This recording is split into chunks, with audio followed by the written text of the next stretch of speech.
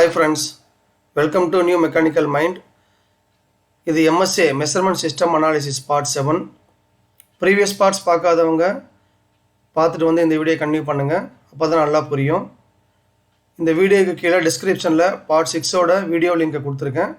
Part 6 பார்க்காதவங்க பார்த்துட்டு வந்து கண்டினியூ பண்ணுங்கள். போன பார்ட்டில் நம்ம MSA Attribute G&R ஸ்டடியோட ப்ரொசீஜரை பற்றி பார்த்தோம். MSA Attribute G&R ஸ்டடியோட ஃபார்மேட்டை பற்றியும் பார்த்தோம். அந்த ஃபார்மேட்டில் 3 பேஜ் இருக்குது. 3 பேஜை பற்றியும் டீட்டெயில்டாக பார்த்தோம். இந்த வீடியோவில் நம்ம லீனியாரிட்டியை பற்றி டீட்டெயில்டாக பார்க்க போகிறோம்.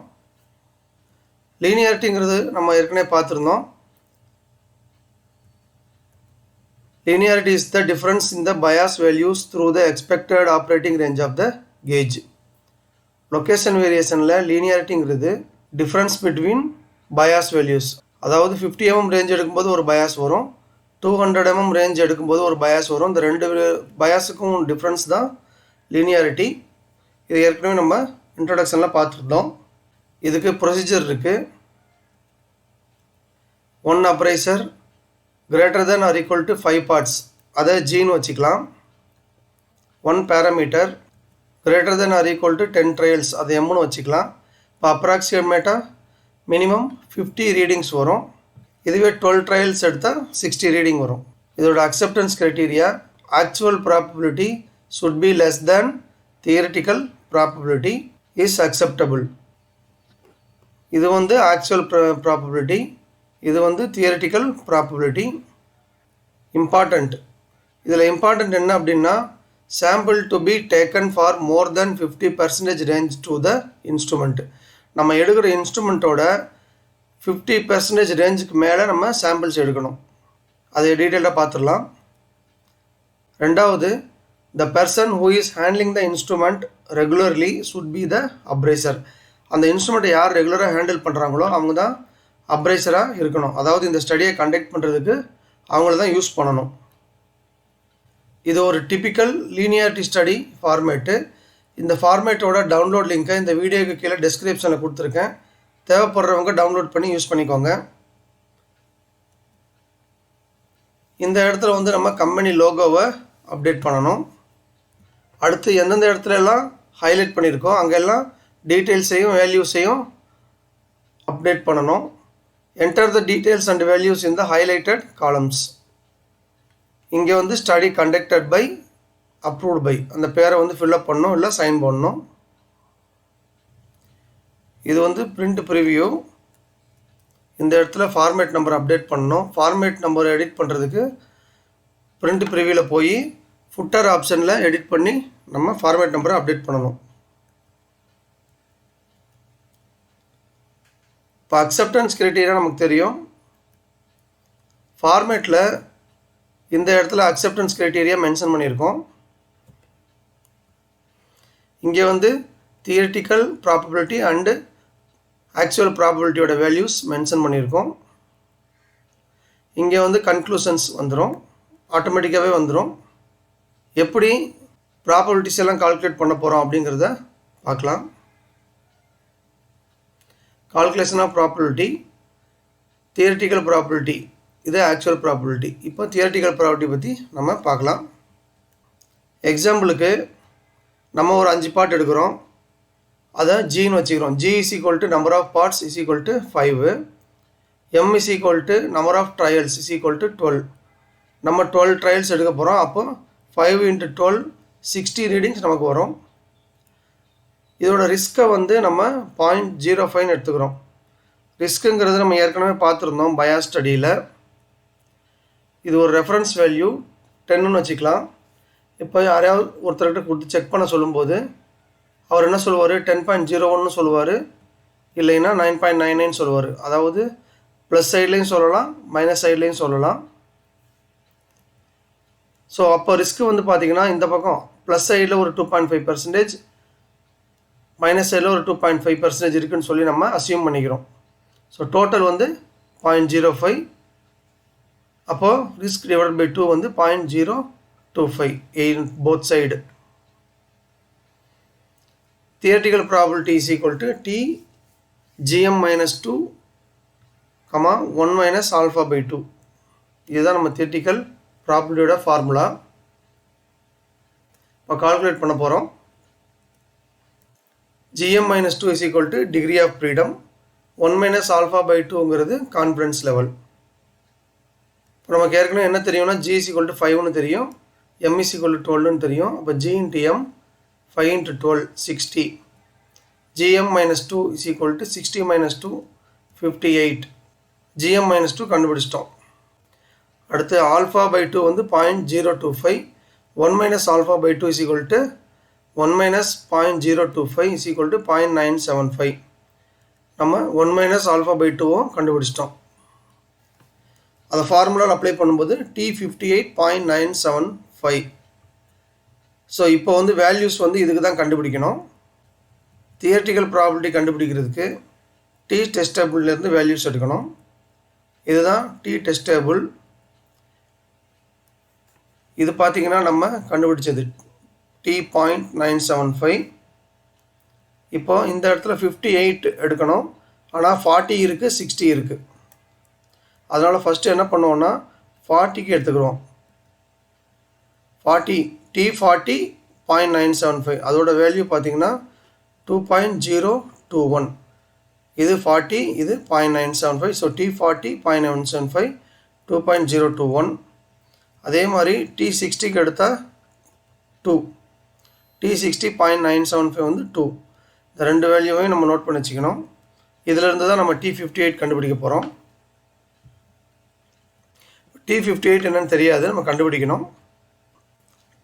T40.975 minus T60.975 is equal to 2.021 minus 2. இது ஏன் பண்ணணும் அப்படின்னா இது ரெண்டுத்துக்கும் டிஃப்ரென்ஸ் இப்போ நம்ம கண்டுபிடிக்கணும். இதை மைனஸ் பண்ணால் 0.021 வருது. அதாவது 20 டிவிஷன்ஸ் வேல்யூ வந்து 0.021. 60 இது 40, ரெண்டுத்துக்கும் டிஃப்ரென்ஸ் பார்த்தீங்கன்னா 0.021. அதாவது 20 டிவிஷனோட வேல்யூ வந்து 0.021. அப்போ ஒரு டிவிஷனுக்கு என்னென்னு கண்டுபிடிக்கும் போது 0.021 divided by 20 is equal to 0.001. approximately 0.001. Value for 18 divisions 0.001 into 18 is equal to 0.019. இதுதான் value for 18 divisions. 18 divisions ஓட value. சரி, இப்போ நம்ம T58 கண்டுபிடிக்கணும். T58.975 is equal to T40.975 minus value for 18 divisions. அதாவது இப்போ 40க்கும் 60க்கும் பார்த்தீங்கன்னா இருக்க வேல்யூ குறைஞ்சிட்டே வருது. 40யோட வேல்யூ வந்து 2.021, 60யோட வேல்யூ வந்து 2. அப்போ 40லேருந்து போக எல்லாத்துக்கும் குறைஞ்சிட்டே இருக்குது. அதாவது டிகிரிஸ் ஆஃப் ஃப்ரீடம் இன்க்ரீஸ் ஆக அந்த வேல்யூஸ் வந்து குறைஞ்சிட்டே வருது. இப்போ இதில் டிகிரிஸ் ஆஃப் ஃப்ரீடம் 40 2.021 இருக்குது. இதோட டிகிரிஸ் ஆஃப் ஃப்ரீடம் 60 2 இருக்குது. ஸோ அதனால் 40லேருந்து இந்த 18 டிவிஷனோட வேல்யூவை நம்ம மைனஸ் பண்ணிட்டோம் அப்படின்னா நமக்கு 58ஓட வேல்யூ கிடச்சிரும். 2.021 மைனஸ் 0.019 பண்ணும்போது 2.002 நமக்கு கிடைக்குது. இதுதான் T58. அதாவது degrees of freedom 58 and confidence level 0.975 அதோட வேல்யூ 2.002. நம்ம தியரிட்டிக்கல் ப்ராபபிலிட்டியை கண்டுபிடிச்சிட்டோம் 2.002. இப்போது ஆக்சுவல் ப்ராபபிலிட்டியை கண்டுபிடிக்கலாம். Calculation for actual probability formula வந்து actual probability is equal to A by S by root of summation of ED square. இதுதான் அதோட ஃபார்முலா. இதில் ஒவ்வொன்றுத்துக்கும் ஃபார்முலா இருக்குது. A is equal to summation of xy minus summation of x into summation of y divided by gm whole divided by summation of x square minus summation of x whole square divided by gm. இது A ஓட formula. S ஓட formula பார்த்தீங்கன்னா S is equal to y bar minus a into x bar. இதுதான் S ஓட formula. இதை பார்க்குறதுக்கு நம்ம ஃபார்மேட்டை use பண்ணுவோம். ஃபார்மேட்டில் இந்த இடத்துல இன்ஸ்ட்ருமெண்ட் டீட்டெயில்ஸ் பற்றி நம்ம ஃபஸ்ட்டு என்ட்ரு பண்ணுறோம். அதோட ரேஞ்ச் பார்த்திங்கன்னா 0 to 200 இந்த ரேஞ்சு. இந்த ரேஞ்சுக்குள்ளே நம்ம என்ன சொல்லியிருந்தோம்னா 50%க்கு மேலே சாம்பிள்ஸ் எடுக்கணும்னு சொல்லியிருந்தோம். இப்போ 5 சாம்பிள்ஸ் எடுத்திருக்கோம். அந்த 5 சாம்பிள்ஸில் ஒரு சாம்பிள் 2, ஒரு சாம்பிள் 15, ஒரு சாம்பிள் 50, ஒரு சாம்பிள் 100, ஒரு சாம்பிள் 150. நம்ம இதோட 50% ரேஞ்சுக்கு மேலேயே சாம்பிள் எடுத்திருக்கோம். ஏன்னா இங்கே 100, 150 எல்லாம் இருக்குது. இந்த இடத்துல ஸ்டடி கண்டக்ட் பண்ண டேட்டு டைமு அதை போடணும். இந்த பார்ட்டோட நாமினல் வேல்யூ இருக்குது பார்த்தீங்களா, அந்த நாமினல் வேல்யூவை ரெஃபரன்ஸ் வேல்யூவை இங்கே போட்டுக்கணும். இப்போ 2 + 7 = 0.1 2 இருக்குது, 15 + 7 = 0.2 15 இருக்குது, 50 + 7 = 0.4 50 இருக்குது, 100 + 7 = 0.5 100 இருக்குது, 150 + 7 = 0.5 150 இருக்குது. ஸோ நம்ம இதிலேருந்து நாமினல் வேல்யூவை இங்கே ரெஃபரன்ஸ் வேல்யூவாக போட்டுக்கிட்டோம். இப்போது செக் பண்ணும்போது அந்த அப்ரைசர் என்ன பண்ணுவார்னா ஒவ்வொன்றுத்துக்கும் 12 டைம்ஸ் ட்ரையல் பார்ப்பார். 12 டைம்ஸ்னால் 5 பார்ட்ஸுக்கு 60 ரீடிங் இங்கே வந்துடும். இங்கே ரீடிங் என்ட்ரி பண்ணி முடித்த உடனே ஆட்டோமேட்டிக்காக கிராஃபு, ஆக்சுவல் ப்ராபபிலிட்டி, கன்க்ளூஷன் எல்லாமே வந்துடும். நம்ம எதுவும் பண்ண தேவையில்லை. பட் நமக்கு எப்படி கால்குலேட் பண்ணுறோம் அப்படிங்கிறது தெரியணும். இந்த value actual probability how it is calculated அப்படிங்கிறத நம்ம பார்க்கலாம். அதுக்கு இந்த 12 ரீடிங்ஸை நம்ம எடுத்துப்போம். இப்போ அந்த 12 ரீடிங்ஸில் கீழே வந்து பார்த்திங்கன்னா ஆவரேஜ் ஆட்டோமேட்டிக்காக வந்துடும். பயாஸுங்கிறது இந்த ஆவரேஜுக்கும் ரெஃபரன்ஸ் வேல்யூக்கும் உள்ள டிஃப்ரென்ஸ். ஸோ இது 2.031, இது 2, ரெண்டுத்துக்கும் டிஃப்ரென்ஸ் 0.031. 15.024 இங்கே இருக்குது, இங்கே 15 இருக்குது, ரெண்டுத்துக்கும் டிஃப்ரென்ஸ் 0.024. ஸோ இது மாதிரி ஒவ்வொன்றுத்துக்கும் டிஃப்ரென்ஸ் தான் இங்கே பயாஸ் வேல்யூ. இந்த ரெஃபரன்ஸ் வேல்யூ வந்து இப்போது வெர்டிக்கலாக எழுதிக்கலாம். இந்த ரெஃபரன்ஸ் வேல்யூவோட ஆவரேஜ் தான் எக்ஸ் பார் 63.4. இந்த பயாஸ் வேல்யூவையும் நம்ம வெர்டிக்கலாக எழுதிக்கலாம். இந்த பயாஸ் வேல்யூவோட ஆவரேஜ் வந்து ஒய் பார் = 5.59 × 10⁻⁻15 இங்கே வந்துருச்சு. எக்ஸையும் ஒய்யும் பெருக்கும்போது இந்த வேல்யூஸ் வருது. இது வந்து x². இந்த எக்ஸை வந்து ஸ்கொயர் பண்ணும்போது 2 வந்து 4, 15² 225, அது மாதிரி ஒன்றுத்துக்கும் ஸ்கொயர் போடும்போது இந்த வேல்யூ வருது. இது வந்து y², அதாவது இந்த வேல்யூவை ஸ்கொயர் பண்ணால் இங்கே வேல்யூ வருது.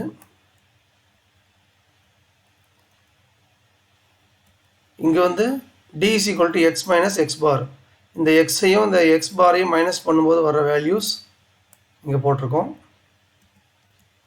இது வந்து d², இந்த வேல்யூவை ஸ்கொயர் பண்ணும்போது வருது. இப்போ என்ன பண்ணுறோம் அப்படின்னா எல்லாத்தையும் சம் பண்ணி கீழே போடுறோம். இப்போ இது வந்து சம்மேஷன் ஆஃப் எக்ஸ், இதை சம்மேஷன் பண்ணும்போது 317 வருது. இந்த ஒய்யை சம்மேஷன் பண்ணும்போது 2.7 × 10⁻⁻14. இப்போ xy இருக்குது, xy சம்மேஷன் பண்ணுறோம் -6.326 வருது. x² சம்மேஷன் பண்ணும்போது 35,229 வருது. y² சம்மேஷன் பண்ணும்போது 0.003. டிஏ வந்து சம்மேஷன் பண்ணும்போது 0. d² சம்மேஷன் பண்ணும்போது 15,131.2 வருது. இந்த சம்மேஷன் ஆஃப் எக்ஸை மட்டும் என்ன பண்ணுறோன்னா ஹோல் ஸ்கொயர் பண்ணி வச்சுக்கலாம் எக்ஸ்ட்ராவாக. இது நமக்கு ஃபார்முலாவில் தேவைப்படும். இப்போ நம்ம ஜிஎம் இதையும் நம்ம இந்த இடத்துல மென்ஷன் பண்ணி வச்சுக்கலாம். நம்ம ஆக்சுவல் ப்ராபபிலிட்டி ஃபார்முலாவை ரீகால் பண்ணுறோம். இந்த ஃபார்முலாவுக்கு தேவையானது இதுதான், X bar Y bar summation of XY இந்த வேல்யூ, அப்புறம் ஜிஎம் இந்த வேல்யூஸ் தான் நமக்கு தேவை. இது தேவையில்லை, அதனால் ரிமூவ் பண்ணிடுவோம். இப்போ தேவையானது மட்டும் வச்சுக்கிட்டோம். இது ஏவோட ஃபார்முலா. அந்த ஃபார்முலாவில் நம்ம இந்த வேல்யூஸ்லாம் அப்ளை பண்ணுறோம். நீங்கள் வேணால் செக் பண்ணி பார்த்துக்கோங்க. அப்ளை பண்ணும்போது ஏவோட வேல்யூ 0.00019 வரும். இது எஸ்ஸோட ஃபார்முலா. எஸ்ஸோட ஃபார்முலாவில் வேல்யூஸ் அப்ளை பண்ணும்போது எஸ்ஸோட வேல்யூ 0.012ங்கிறது வரும். அந்த வேல்யூஸை மட்டும் நம்ம வச்சுக்கிறோம். இப்போ ஏவோட வேல்யூ நமக்கு தெரியும் -0.00019. எஸ்ஸோட வேல்யூ 0.012. இப்போ ED ஸ்கொயர் வேணும்ல, இங்கே ரூட் ஆஃப் ED ஸ்கொயர் இருக்குது, இது ED square. So ED square value வந்து பார்த்தீங்கன்னா 15,131.2. இப்போ இது எல்லாத்தையும் ஃபார்முலாவில் அப்ளை பண்ணும்போது ஆக்சுவல் ப்ராபபிலிட்டியோட வேல்யூ -1.940. நமக்கு மைனஸ் தேவையில்லை, அதனால் அது ரியல் வேல்யூ எழுதிக்கிறோம். Actual probability is equal to 1.940. இதுதான் இப்போ ஆக்சுவல் ப்ராபபிலிட்டியோட வேல்யூ. நம்ம ஏற்கனவே தியரிட்டிக்கல் ப்ராபபிலிட்டி கண்டுபிடிச்சாச்சு. இப்போ ஆக்சுவல் ப்ராபபிலிட்டி வேல்யூவும் கண்டுபிடிச்சிட்டோம், 1.940. இப்போ இந்த ரெண்டு வேல்யூவும் வச்சுக்கிடுவோம். அக்செப்டன்ஸ் கிரைட்டீரியா வந்து ஏற்கனவே நமக்கு தெரியும். Actual probability should be less than theoretical probability. இந்த கேஸில் actual probability 1.94, theoretical probability 2.002. So actual probability theoretical probability கம்மியாக இருக்குது, அதனால் திஸ் கேஜ் இஸ் அக்செப்டட். இப்போ ஃபார்மேட்டில் ஏற்கனவே சொன்ன மாதிரி வேல்யூஸ் என்ட்ரு பண்ண உடனே கிராஃப் வந்துடும், ஆக்சுவல் ப்ராபபிலிட்டி வந்துடும், கன்க்ளூஷன் வந்துடும். நமக்கு இப்போ ஈஸியாக புரிஞ்சிருச்சு எது தியரிட்டிக்கல் ப்ராபபிலிட்டி எது ஆக்சுவல் ப்ராபபிலிட்டி அப்படின்னு. அதே மாதிரி எப்படி கால்குலேட் பண்ணுறோம் அப்படிங்கிறதும் டீட்டெயிலாக புரிஞ்சிருச்சு. Linearity study limitations. If actual probability greater than theoretical probability, அதாவது ஆக்சுவல் ப்ராபபிலிட்டி வந்து தியரிட்டிக்கல் ப்ராபபிலிட்டியை விட அதிகமாக இருந்துச்சுன்னா எப்படி இருக்குங்கிறத பார்த்துடலாம். நம்ம ஃபார்மேட்டில் இது பாருங்கள், தியரிட்டிக்கல் ப்ராபபிலிட்டி 2.002, ஆக்சுவல் ப்ராபபிலிட்டி 2.10 இந்த மாதிரி வந்தது அப்படின்னா கேஜ் இஸ் நாட் அக்செப்டபிள் அப்படின்னு ரெட் கலரில் ஆட்டோமேட்டிக்காக வந்துடும். ஸோ இன்னொரு condition, actual probability less than theoretical probability. இப்போ நம்ம பார்த்த ஒரு எக்ஸாம்பிள், அதில் பார்த்தீங்கன்னா தியரிட்டிக்கல் ப்ராபபிலிட்டி 2.002, ஆக்சுவல் ப்ராபபிலிட்டி 1.940. இந்த மாதிரி கம்மியாக வந்ததுன்னா அது வந்து கேஜ் இஸ் அக்செப்டபிள் அப்படிங்கிறத இது சொல்லிடும். நமக்கு தியரிட்டிக்கல் ப்ராபபிலிட்டி மாறவே மாறாது. ஏன் அப்படின்னா 5 பார்ட்டு 12 ட்ரையல்ஸ் எடுக்க போகிறோம். ஸோ 60 வேல்யூஸ் வரும். அந்த 60 வேல்யூஸுக்கு டிகிரிஸ் ஆஃப் ஃப்ரீடம் 58. அதனால் இந்த வேல்யூ மாறவே மாறாது. சப்போஸ் 12 ட்ரையல்ஸுக்கு பதிலாக 10 ட்ரையல்ஸ் இல்லை 11 ட்ரையல்ஸ் எடுத்தோம்னா அதுக்கேற்ற மாதிரி நம்ம அந்த தியரிட்டிக்கல் ப்ராபபிலிட்டி டி டேபிளை வச்சு கண்டுபிடிக்கணும். இப்போ நம்ம ஃபார்மேட்டை டீட்டெயில்டாக பார்த்துட்டோம். மறுபடியும் ஒரு தடவை நம்ம பார்த்துடலாம். இந்த இடத்துல கம்பெனியோட லோகோவை அப்டேட் பண்ணணும். இங்கே இன்ஸ்ட்ருமெண்ட் டீட்டெயில்ஸை அப்டேட் பண்ணணும். இங்கே ரெஃபரன்ஸ் பார்ட், அதாவது ரெஃபரன்ஸ் சாம்பிள்ஸ் டீட்டெயில்ஸை இங்கே என்ட்ரு பண்ணணும். இங்கே வந்து ஸ்டடி டேட் அண்டு டைம். இங்கே வந்து ரெஃபரன்ஸ், அதாவது nominal values of reference samples. இந்த நாமினல் வேல்யூவை இங்கே நம்ம அப்டேட் பண்ணுறோம். இங்கே ஆக்சுவல் அப்சர்வேஷன்ஸ், அந்த அப்ரைசர் சொன்ன ரீடிங்கை வந்து இங்கே அப்டேட் பண்ணுறோம். இது வந்து ஆவரேஜ், ஒவ்வொரு பார்ட்ஸோட 12 ரீடிங்ஸோட ஆவரேஜ். இது பயாஸ், பயாஸ் வேல்யூ என்ன ஏற்கனவே பார்த்துருந்தோம், ஆவரேஜ் மைனஸ் ரெஃபரன்ஸ் வேல்யூ, அதுதான் இது. ஒவ்வொரு பார்ட்டுக்கும் பயாஸ் வேல்யூ இங்கே இருக்குது. இது வந்து கிராஃப். இந்த கிராஃபில் 2ஓட பயாஸ் இது, 15ஓட பயாஸ் இது, 50ஓட பயாஸ் இது, 100ஓட பயாஸ் இது, 150ஓட பயாஸ் இது. இந்த பயாஸ் வேல்யூஸ் எல்லாம் இண்டிவிஜுவல் ரீடிங்கோட பயாஸ் வேல்யூஸ். இது வந்து அதோட ட்ரெண்ட் லைன். அக்செப்டன்ஸ் கிரைட்டீரியா இங்கே மென்ஷன் ஆகிருக்கு. இது தியரிட்டிக்கல் ப்ராபபிலிட்டி நமக்கு தெரியும். இது ஆக்சுவல் ப்ராபபிலிட்டி. இது வந்து கன்க்ளூஷன். இங்கே வந்து ஸ்டடி கண்டக்டட் பை, இங்கே வந்து approved by. Analysis of linearity study. If the linearity is not okay, the following may be the reason. இப்போ லீனியாரிட்டி சரியாக வரல, லீனியாரிட்டி நாட் ஓகேன்னு வந்துருச்சு அப்படின்னா இப்போ சொல்ல போகிறது தான் ரீசனாக இருக்கும். No experienced appraiser is used. அதாவது அப்ரைசருக்கு வந்து எக்ஸ்பீரியன்ஸே கிடையாது, அவரை வந்து நம்ம யூஸ் பண்ணியிருக்கோம் செக் பண்ணுறதுக்கு. அந்த பாட்டை பற்றியோ அந்த இன்ஸ்ட்ருமெண்ட்டை பற்றி அவருக்கு அவ்வளோவா தெரியாது. அந்த மாதிரி எக்ஸ்பீரியன்ஸ் இல்லாத ஒரு அப்ரைசரை நம்ம யூஸ் பண்ணியிருந்தால் லீனியாரிட்டியில் ப்ராப்ளம் வரும். No proper training given to the appraiser. அப்ரைசருக்கு எப்படி செக் பண்ணணும், என்ன செக் பண்ணணும்னு சொல்லி நல்லா ட்ரைனிங் கொடுத்துருக்கணும். சப்போஸ் ட்ரைனிங் கொடுக்காம புது இன்ஸ்ட்ருமெண்ட் அவர் கையில் கொடுத்தோ இல்லை புது பாட்டை கையில் கொடுத்தோ செக் பண்ண சொல்லும்போது இந்த ப்ராப்ளம் வரும். Damaged instrument is used. அந்த இன்ஸ்ட்ருமெண்ட் கீழே விழுந்திருக்கலாம், இல்லை டேமேஜ் ஆகிருக்கலாம். அந்த இன்ஸ்ட்ருமெண்ட்டை கொடுத்து செக் பண்ண சொல்லும்போது அது பயாஸ் அதிகமாக வரும், அதனாலேயும் ப்ராப்ளம் வரும். Warn out instrument is used. அந்த இன்ஸ்ட்ருமெண்ட் தேஞ்சு போயிருக்கலாம், நிறைய யூஸ் பண்ணியிருக்கலாம், ரொம்ப வருஷம் ஆகிருக்கலாம், அதனால் ரீடிங் தப்பாக காட்டும், அதாவது பயாஸ் அதிகமாக வரும். அன்கேலிப்ரேட்டட் இன்ஸ்ட்ருமெண்ட் இஸ் யூஸ்டு. அந்த இன்ஸ்ட்ருமெண்ட்டில் கேலிப்ரேஷன் எரர் இருக்கும், 0 எரர் இல்லை கேலிப்ரேஷன் எரர் ஏதாவது இருக்கும். அந்த இன்ஸ்ட்ருமெண்ட்டை யூஸ் பண்ணும்போதும் நமக்கு லீனியாரிட்டி வராது. Part nominal value is wrong. நம்ம பார்ட் ஒரு நாமினல் வேல்யூவில் எடுத்திருப்போம், ஆனால் வேறு ஏதாவது தப்பாக நம்ம என்ட்ரு பண்ணியிருக்கோம் இல்லை தப்பாக நோட் பண்ணிட்டோம் அப்படின்னாலும் நமக்கு லீனியாரிட்டியில் ப்ராப்ளம் வரும். Formula used to calculate the values may be incorrect. நம்ம ஏற்கனவே எக்ஸல் சீட்டில் ஃபார்முலாலாம் போட்டு வச்சுருக்கோம். அந்த ஃபார்முலா நம்ம ஏதாவது டெலிட் பண்ணிட்டோம், ஏதாவது மாற்றிட்டோம், எடிட் பண்ணிட்டோம், சேஞ்ச் பண்ணிட்டோம் அப்படின்னாலும் நமக்கு லீனியாரிட்டி ஸ்டடியில் ப்ராப்ளம் வரும். இது எல்லாமே தான் லீனியாரிட்டி ஸ்டடி ப்ராப்ளமாக வர்றதுக்கு ரீசன்ஸ். இதில் ஏதாவது ஒரு ரீசன் கூட இருக்கலாம், இல்லை பல ரீசன்ஸ் கூட இருக்கலாம். ஸோ லீனியாரிட்டி நாட் ஓகேன்னு வந்ததுன்னா அதை என்னென்னு கண்டுபிடிச்சி நம்ம அதை ரெக்டிஃபை பண்ணிட்டு ஸ்டடியை மறுபடியும் கண்டக்ட் பண்ணணும். நாம் லீனியாரிட்டி ஸ்டடியை பற்றி டீட்டெயில்டாக பார்த்து முடிச்சிட்டோம். இந்த வீடியோவோட நம்ம எம்எஸ்ஏ ஸ்டடியில் வேரியபிளுக்கும் ஆட்ரிபியூட்டுக்கும் என்னென்ன ஸ்டடியெல்லாம் கண்டக்ட் பண்ணுறாங்க, எதெல்லாம் அப்ளிகபிள் நாட் அப்ளிகபிள், இண்டஸ்ட்ரியில் காமனாக எதெல்லாம் யூஸ் பண்ணுறாங்க அப்படிங்கிறத பார்த்தோம். அதாவது எம்எஸ்ஏ ஸ்டடியில் bias, stability, linearity, repeatability and reproducibility இருக்குது. இதில் வேரியபிளுக்கு எல்லாமே அப்ளிகபிள், ஆட்ரிபியூட்டுக்கு ரிப்பீட்டபிலிட்டி அண்ட் ரீப்ரொடியூசபிலிட்டி மட்டும்தான் அப்ளிகபிள். நம்ம இது வரைக்கும் பார்த்த 7 வீடியோவிலையும் எல்லாத்தையும் பார்த்து முடிச்சிட்டோம். எம்எஸ்ஏ ஸ்டடி பற்றி இப்போ உங்களுக்கு நல்லா புரிஞ்சிருக்கும். ஓகே ஃப்ரெண்ட்ஸ், இதோட எம்எஸ்ஏ ஸ்டடி சீரியல் முடியுது. இந்த வீடியோ உங்களுக்கு பிடிச்சிருந்ததுன்னா லைக் பண்ணுங்கள், உங்கள் ஃப்ரெண்ட்ஸ் எல்லாத்துக்கும் ஷேர் பண்ணுங்கள். உங்களுக்கு கமெண்ட்ஸ், டவுட்ஸ் ஏதாவது இருந்ததுன்னா கமெண்ட் செக்ஷனில் போடுங்க. இது வரைக்கும் நம்ம சேனலை சப்ஸ்கிரைப் பண்ணாதவங்க சப்ஸ்கிரைப் பண்ணிக்கோங்க. கூடவே பெல் ஐக்கான் பட்டனையும் ப்ரெஸ் பண்ணிக்கோங்க. அப்போ தான் வீடியோ அப்லோட் பண்ண உடனே உங்களுக்கு உடனே நோட்டிஃபிகேஷன்ஸில் வரும். மறுபடியும் அடுத்த வீடியோவில் மீட் பண்ணுவோம். தேங்க்யூ.